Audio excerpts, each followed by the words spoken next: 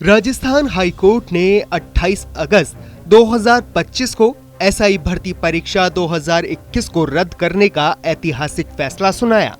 इस पर paper leak और अनियमितताओं के आधार पर 859 पदों की पूरी प्रक्रिया निरस्त कर दी गई है। इस फैसले ने बेरोजगार युवाओं को राहत दी है, लेकिन राजनीतिक क्रेडिट की होड़ ने इसे सियासी रंग दे दिया है। ये क्रेडिट वॉर जल्द ही व्यक्तिगत हमलों में बदल गया। एक निजी टीवी चैनल पर जुड़े मंत्री किरोड़ी लाल मीणा और आरएलपी सांसद हनुमान बेनीवाल के बीच तीखी बहस हुई। बात इतनी बिगड़ गई कि बहस में बिकाऊ, फर्जी आदमी, चोर और लुटेरे जैसे शब्दों का इस्तेमाल हुआ। किरोड़ी मीणा ने बेनीवाल पर पेपर लीक में भूमिका होने का आरोप लगाया और स्पर्धा चौधरी का नाम लेकर बड़ा खुलासा करने की धमकी दी।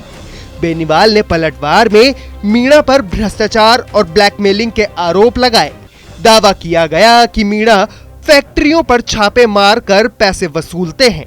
बाद में मीणा ने दुख जताते हुए कहा कि बेनीवाल के आरोपों से वे आहत हैं, लेकिन अगर भ्रष्टाचार साबित हो जाए तो राजनीति छोड़ दूंगा। इस जुबानी जंग में किरोड़ी लाल मीणा ने 2022 के राज्यसभा चुनाव को खींच लिया। दावा किया गया कि बेनीवाल ने उनसे पैसे दिलवाने की जिद की थी। मीणा के मुताबिक बेनीवाल बार बार कहते थे, मुझे पैसे दिलाओ, और जब नहीं माने तो आखिरकार मीणा ने पैसे दिलवा ही दिए। मीणा ने कहा, चोर कहीं के, पैसे मैंने मेरे हाथ से दिए थे। और ये दावा किया गया कि बेनीवाल ने कमल मोरारका के चुनाव में भी पैसे लगाए थे।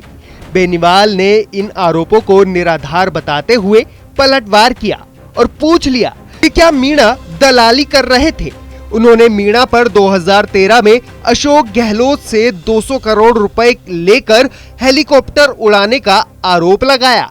ये विवाद अब एसआई भर्ती से आगे बढ़कर पुरानी सियासी सौदेबाजी को उजागर कर रहा है, जहां वोटों की कीमत पैसों से तय होती है। दरअसल ये आरोप सीधे 2022 के राजस्थान राज्यसभा चुनाव से जुड़ते हैं, जहां बीजेपी ने अपनी रणनीति के तहत सुभाष चंद्रा को निर्दलीय उम्मीदवार के रूप में उतारा था। सुभाष चंद्रा पहले हरियाणा से राज्यसभा सदस्य रह चुके थे, लेकिन राजस्थान में बीजेपी ने उन्हें भारी समर्थन दिया था। पार्टी के पास 71 विधायक थे, जो कि एक सीट जिताने के लिए काफी थे, लेकिन चंद्रा की जीत के लिए अतिरिक्त 8 वोटों की जरूरत थी। बीजेपी ने उम्मीदवार जताए कि आरएलपी जैसे छोटे दलों और क्रॉस वोटिंग से ये संभव होगा। चंद्रा की दावेदारी शुरू से ही विवादास्पद थी, क्योंकि बीजेपी के पीछे कुछ विधायकों को ये फैसला थोपा हुआ लगा था। किरोड़ी मीणा जैसे नेता इस राजनीति में शामिल थे और अब उनके आरोप बताते हैं कि बेनीवाल से डील करने की कोशिश हुई, लेकिन पैसे के लेन देन ने मामला जटिल कर दिया था। मंत्री किरोड़ी मीणा का दावा है कि बेनीवाल ने पैसे मांगे और इनकार के बाद भी जिद की, जिसके चलते पैसे दिए गए, लेकिन अंत में बेनीवाल ने कांग्रेस का साथ दिया था। चुनाव में क्रॉस वोटिंग ने बीजेपी को बड़ा झटका दिया। कांग्रेस के पास 108 विधायक थे, लेकिन उन्होंने 3 सीटें जीती। 43 वोटों के साथ रणदीप सुरजेवाला, 42 वोटों के साथ मुकुल वासनिक और 41 वोटों के साथ प्रमोद तिवारी ने जीत दर्ज की थी। साथ ही 43 वोट के साथ बीजेपी के घनश्याम तिवारी भी जीते थे, लेकिन उस समय में बीजेपी समर्थित सुभाष चंद्रा हार गए थे।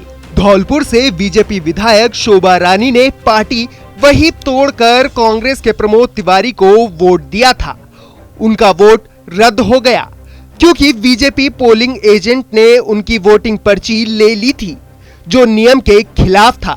शोभा रानी पूर्व सीएम वसुंधरा राजे की करीबी थीं और पार्टी से नाराज चल रही थीं।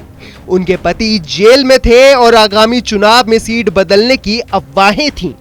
बीजेपी ने उन्हें निष्कासित कर दिया था। इसके अलावा हनुमान बेनीवाल समेत आरपीएल के 3 विधायकों ने कांग्रेस का समर्थन किया, जो किरोड़ी के आरोपों से जुड़ता है कि बेनीवाल ने पैसे मांगे, लेकिन सौदा नहीं होने पर पाला बदल लिया।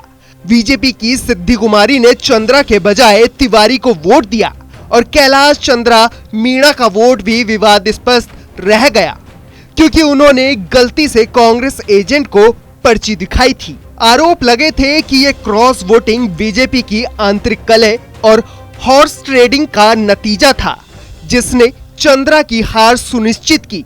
मुख्यमंत्री अशोक गहलोत ने इसे लोकतंत्र की जीत बताया था, जबकि बीजेपी ने कांग्रेस पर ही आरोप लगाए थे। एसआई भर्ती रद्द का फैसला ऐतिहासिक है, लेकिन किरोड़ी बेनीवाल की जंग ने इसे सियासी स्कोर सेटलिंग में बदल दिया है। 2022 राज्यसभा चुनाव की क्रॉस वोटिंग और पैसों के आरोप राजस्थान की राजनीति में हॉर्स ट्रेडिंग के ब्लैक चैप्टर को फिर से एक्सपोज किया गया है। सवाल यह है कि किरोड़ी के इन आरोपों पर क्या जांच होगी या ये सिर्फ जुबानी जंग तक सीमित रह जाएगा।